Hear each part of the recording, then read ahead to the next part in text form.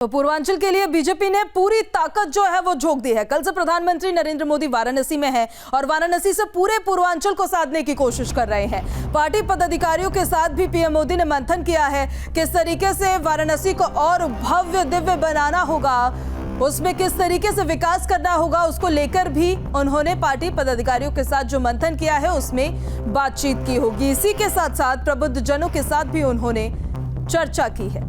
मौलिक किया है पीएम ने, आप उसका हिस्सा थे प्रबुद्ध वर्ग का। जी जी, किस तरह का मैसेज पीएम ने दिया है, कुछ बताना चाहिए? बहुत बढ़िया मैसेज उन्होंने दिया। हर एंगल से उन्होंने जो देश को संदेश दिया है, सिवा विकास के रास्ते पर ले जाने के अलावा उसे हम क्या कहें, देश कैसे प्रगति करे, कैसे विकास हो, कैसे हर क्षेत्रों में लोगों को सुख सुविधा मिले, ऐसा ही संदेश उन्होंने दिया। और क्या आप लोगों से क्या अपेक्षाएं थी, क्या कुछ कहा कि आप लोग करिए? हाँ, तो प्रबुद्ध वर्ग करेगा ना।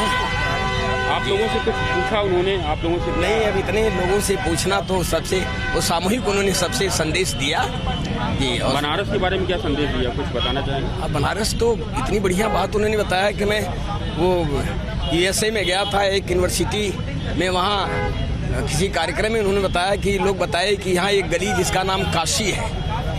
तो हमने पूछा काशी क्यों रखा गया उसका नाम, तो लोगों ने बताया कि यहाँ गुरु लोग रहते हैं, यहाँ प्रबुद्ध लोग रहते हैं, विद्वान लोग रहते हैं। इसका मतलब जी काशी में विद्वान लोग रहते हैं। अच्छा लगा जी, बहुत अच्छा लगा, थैंक यू।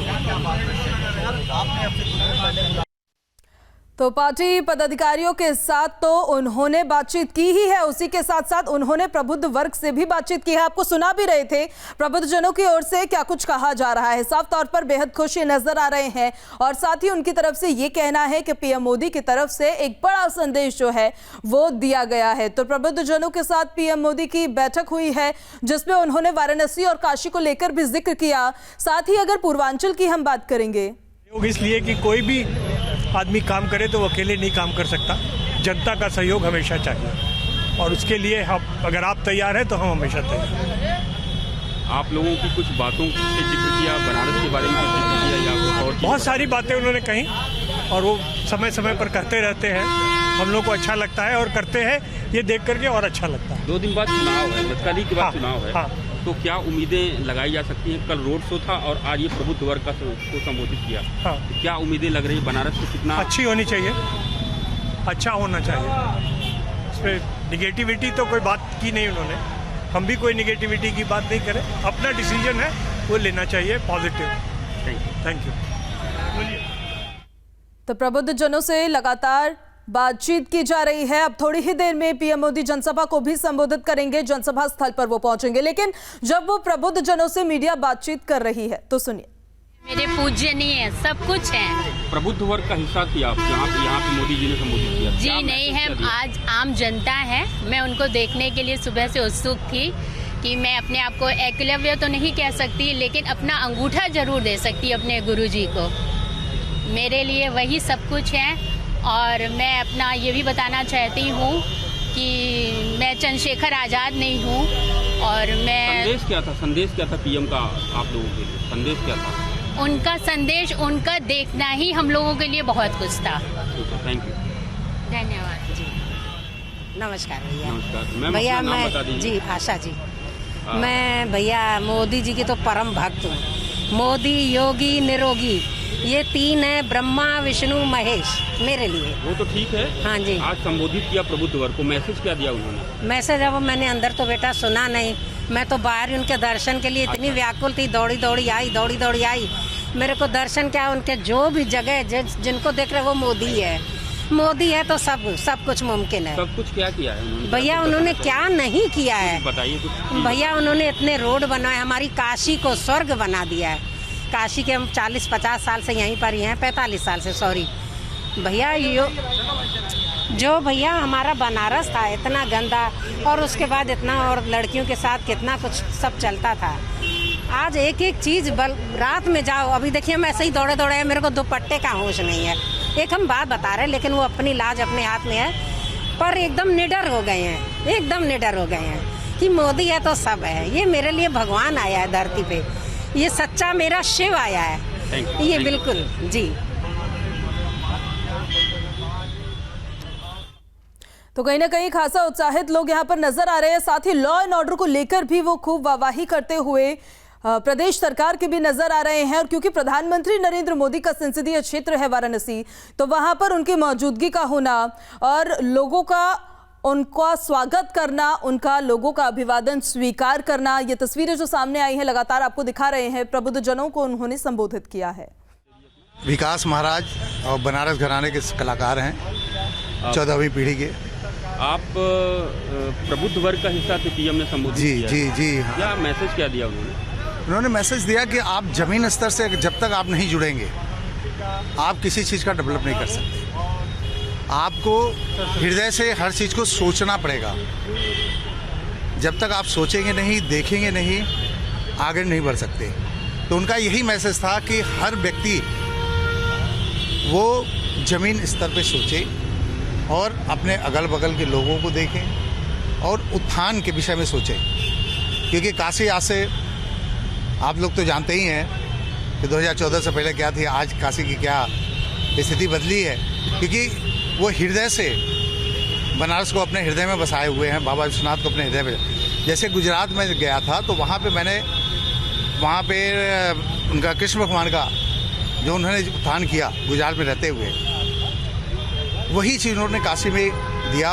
और उनकी यही प्रेरणा है कि वो राम मंदिर को भी वही रूप दें। और बनारस की जनता से उन्होंने यही अपील की कि सारे लोग मिलजुल के इस कार्य को करें और लोगों को जागृत करें, जिससे हमारा सिर्फ बनारस ही नहीं, हमारा प्रदेश, हमारा देश पूरी दुनिया में राजगुरु की तरह दिखे। आपने कहा कि जागृत करने, किस तरह की जागृति की बात? जागृति करने की ये बात है कि आप लोगों से कन्विंस करिए। क्योंकि बनारस आज से आप देख लीजिए, 14 साल पहले बनारस की क्या गंदगियाँ थी, कितने कूड़े सड़क पे थे, लोग अगल बगल में कूड़े फेंक देते थे। यानी अपने घर को साफ करके सारा कूड़ा गली में, सड़क पे। सफाई के प्रति उन्होंने जागरूकता जो लाया, आज देख लीजिए कहीं गंदगी दिखती नहीं। तो ये जो जागरूकता है, यही उनका मैसेज है कि आप जागरूक बनिए। आप लोग जागरूक हैं, प्रबुद्ध हैं, हर चीज़ की जानकारी है, आप विद्वान हैं, सब कुछ है। बस एक माध्यम बीच में हम बने हुए हैं। उन्होंने यही कहा कि मैं माध्यम बना। ये मेरी सौभाग्य की काशी में आके मुझे वो इज्जत, वो प्यार, वो सम्मान मिला। इसके लिए मैं काशी वासियों का बहुत धन्यवाद देना चाहता हूँ। और आगे भी उन्होंने यही कहा कि आगे भी आप लोग इसी तरह प्यार देते रहें और मैं यहीं आप लोगों की सेवा में अपनी ज़िंदगी निभाता रहूँ। तो सुना आपने प्रबुद्ध वर्ग को जब पीएम मोदी ने संबोधित किया तो उनको संदेश दिया कि जमीन से जरूर जुड़े रहिए और फिर खुद भी जागरूक होइए और अपने आसपास के लोगों को भी जागरूक करिए। इसी के साथ साथ उनका संदेश और उनकी तरफ से जो अभिवादन लगातार किया गया है, उन्होंने शुक्रिया किया है काशी की जनता का, वाराणसी की जनता के जो अपार प्रेम वाराणसी की तरफ से उनको मिला है, उसका शुक्रिया वो करते नजर आए हैं। लगातार प्रबुद्ध जन जो है, जब वो बाहर वहां से निकल रहे हैं, अपनी अपनी प्रतिक्रियाएं दे रहे हैं, तो बता रहे हैं कि अंदर क्या संदेश मिला। टंडन पेशे से नेत्र चिकित्सक हूँ और लायंस आई बैंक का सेक्रेटरी हूँ। सर, प्रबुद्ध वर्ग का हिस्सा थे आप, पीएम ने अभी संबोधित किया प्रबुद्ध वर्ग को, क्या किस तरह का मैसेज था वो बताना चाहेंगे? देखिए, प्रबुद्ध वर्ग का जो मैसेज था, उसके पहले मैं आपको एक चीज़ और बता दूं कि पूरे उत्तर प्रदेश की जनता जो प्रबुद्ध वर्ग है, उसने मन बना लिया है कि हम भारतीय जनता पार्टी की सरकार को लेकर आएंगे। और अंदर मोदी जी ने तो राजनीति बात ही कम किया और एकदम फैमिली, जैसे कहते हैं ना कि किसी परिवार के बड़े आके सबके बीच में जाके लोगों से बात किया। और अपने कुछ, जब वो राजनेता नहीं थे तो लोग क्या सोचते थे, वो चीज़ें हम लोग के साथ शेयर किया। और बनारस में क्या हुआ कुछ उस पर भी परिचर्चा किया। और ये कहा कि आप लोग बुद्धिजीवी वर्ग हैं और आप लोग गलत फैसला नहीं लेंगे, हमको विश्वास है। और उत्तर प्रदेश में ये गलत बात है कि 5 साल की सरकार आती है, बदलती है। आप उत्तर प्रदेश में मौका दीजिए, देखिए उत्तर प्रदेश में कितना विकास होता है और यहाँ बहुत पोटेंशियल है विकास के लिए। और ये बात उन्होंने सही कहा कि उत्तर प्रदेश में अगर लगातार मौका दिया जाए किसी एक सरकार को, तो उत्तर प्रदेश में बहुत अच्छा विकास होगा। सर, अपना एक परिचय दे दीजिए। Pandit Deepak Malvi, trust board, Kashi Vishwanath temple. आप प्रबुद्ध वर्ग का हिस्सा थे, पीएम ने संबोधित किया आज, तो क्या मैसेज दिया उन्होंने आप लोगों को? माननीय प्रधानमंत्री जी ने बहुत अच्छा संदेश दिया। उन्होंने कहा कि स्थिर सरकारें होनी चाहिए जिससे समय आने पर उनसे आप हिसाब मांग सकें। अत्यंत आत्मीय संबंध लोगों से उन्होंने स्थापित किया और बीच में वो आ गए, लोगों से लगातार मिल रहे थे, बात कर रहे थे। हम लोगों की, सारे लोगों की यहाँ मंशा है प्रधानमंत्री जी के व्यवहार के कारण इतना अच्छा काम वर्क भारतीय जनता पार्टी की सरकार बड़े स्तर पर पूरे प्रदेश में लौट रही है और निश्चित ही योगी जी अगले मुख्यमंत्री होंगे उत्तर प्रदेश के। 2 दिन बाद चुनाव है, तो पीएम के यहाँ कल रोड शो भी हुआ था और आज प्रबुद्ध वर्ग को संबोधित किया। कुछ अंतर आएगा? कितना अंतर आएगा कुछ बताना चाहेंगे? वाराणसी में जो यहाँ के जनप्रतिनिधि हैं उन्होंने बहुत विकास के कार्य किए हैं माननीय प्रधानमंत्री जी के आशीर्वाद से। और प्रधानमंत्री जी पूरे राष्ट्र के इतने बड़े नेता हैं, वो जब भी आएंगे तो कुछ न कुछ वृद्धि करेंगे। मेरा मानना है कि हर प्रत्याशी को 25,000 वोट वो बोनस देके जा रहे हैं। सर एक बार अपना परिचय दीजिए। मैं Anuj Didwania, chairman Purvanchal real estate association Varanasi का हूं, काशी नगरी का वासी हूं। मैं गर्व महसूस करता हूं कि हमारे प्रधानमंत्री, हमारे यशस्वी सांसद जो आज पूरे विश्व में हम लोग का नाम महसूस कर रहे हैं, उसका हम लोगों को बहुत गर्व है। और हमारे काशी का जो विकास हुआ है वो जीवन पर्यंत हम लोग नहीं भूल सकते। जिस प्रकार गंगा की सफाई हुई है, जिस प्रकार कॉरिडोर का निर्माण हुआ है हमारे, हम लोग माननीय प्रधानमंत्री जी को अपनी तरफ से, काशी वासियों की तरफ से हमेशा हम लोग ये चाहते हैं कि हमारा यशस्वी प्रधानमंत्री पूरे देश में, विश्व में नाम करे। हम लोग ये भी चाहते हैं कि हमारी सरकार। पीएम ने मैसेज क्या दिया आज, क्योंकि प्रबुद्ध वर्ग का आप हिस्सा थे? पीएम ने बड़ा अच्छा मैसेज दिया, प्राइम मिनिस्टर साहब ने। उन्होंने ये कहा कि हमें सरकार स्थिर बनानी पड़ेगी और बहुमत वाली सरकार बनानी पड़ेगी, तभी हम लोग कोई निर्णय ले सकते हैं। अभी 5 साल हमको यूपी में हुआ है, दोबारा 5 साल भी अगर रहेगा तो हम लोग एक बहुमत के साथ और यूपी के विकास में कोई कोर कसर नहीं छोड़ेंगे। और उन्होंने ये वादा भी किया है कि यूपी हमारे देश का सबसे बड़ा राज्य है, तो आज के दिन आर्थिक राजधानी इसको बनाएंगे।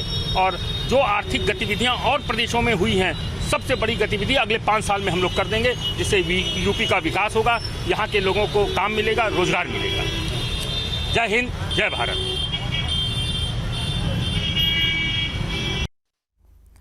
तो प्रबुद्ध जनों से जब पीएम मोदी ने बातचीत की तो उन्होंने सरकार की स्थिरता को लेकर भी वहां पर संवाद किया है।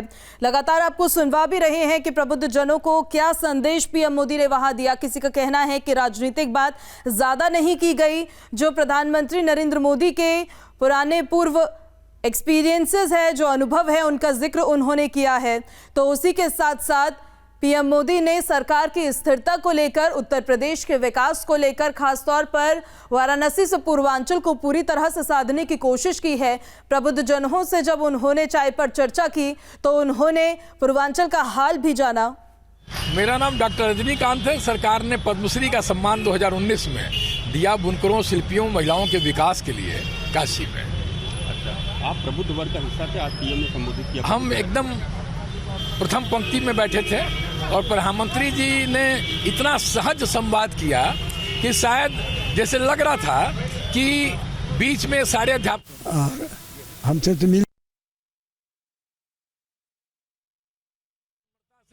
और उन्होंने सबसे महत्वपूर्ण क्या था कि किसी तरह की कोई राजनीतिक चर्चा नहीं, उन्होंने बौद्धिक चर्चाओं पे बात किया, पूरा बौद्धिक चर्चाओं पे उन्होंने बात किया।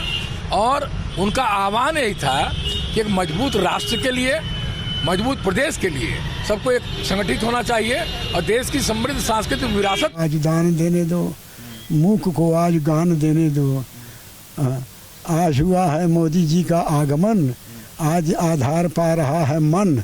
क्यों भटकना पड़े तुझे जीवन, मुक्ति को आज प्राण देने दो। बहुत ऊंची चीज है ये, तो बहुत खुश हुए। लगभग 8 वर्ष होने जा रहे हैं, लेकिन जो सरलता है, जो सहजता है, लोगों के बीच में लेन में जा करके, वह जो छोटा सा पोडियम बना था वहाँ से उतर गए और लोगों के बीच में घूम घूम करके जो है वो चर्चा कर रहे थे, बात कर रहे थे। ये बहुत ही महत्वपूर्ण रहा है और हमें लगता है कि आने वाले समय में जो स्थायित्व की बात उन्होंने किया है वो किसी भी राष्ट्र के लिए सबसे ज़्यादा जरूरी है। विकास में अगर स्थायित्व होगा मजबूत सरकार होगी, स्थिर सरकार होगी तो एक लंबे समय तक विकास की धारा को बहाएगी, चाहे वो काशी हो या देश का कोई भी भूभाग हो या अरुणाचल प्रदेश हो, लद्दाख हो, कश्मीर हो। यही उनका संदेश था, उसी के लिए हम लोग सारे लोग यहाँ पर आज एकत्रित थे। Thank you.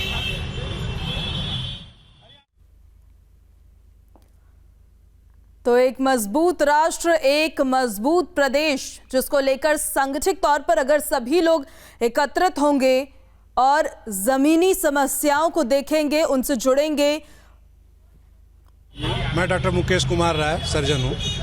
डॉक्टर साहब, पीएम ने प्रबुद्ध वर्ग को संबोधित किया और उसका आप हिस्सा थे जी। क्या मैसेज था? मैसेज था, उन्होंने काशी के लिए काफ़ी किया, पूरे राष्ट्र के लिए किया और विश्व के एक बड़े नेता बन के उभरे हुए हैं और ये हम लोग का सौभाग्य है। मैसेज क्या था उनका? मैसेज क्या था? क्या बोला क्या उन्होंने? उन्होंने बोला कि परिवर्तन बहुत ज़रूरी नहीं है कि आप हर 5 साल में आप परिवर्तन करें। स्टेबिलिटी डेवलपमेंट के बहुत इंपॉर्टेंट है। मेन उनका जो थीम था वो यही था, आप स्टेबल सरकार ले आइए, उसको लगातार बनी रहे तो लगातार काम करेगी और जवाबदेह होगी। वो अगर आप 5 साल सरकार बदल देंगे, दूसरी सरकार आएगी तो क्या जवाबदेही होगी? तो सबसे बड़ी जो थीम था, हमको ये लगा कि उनका यही था।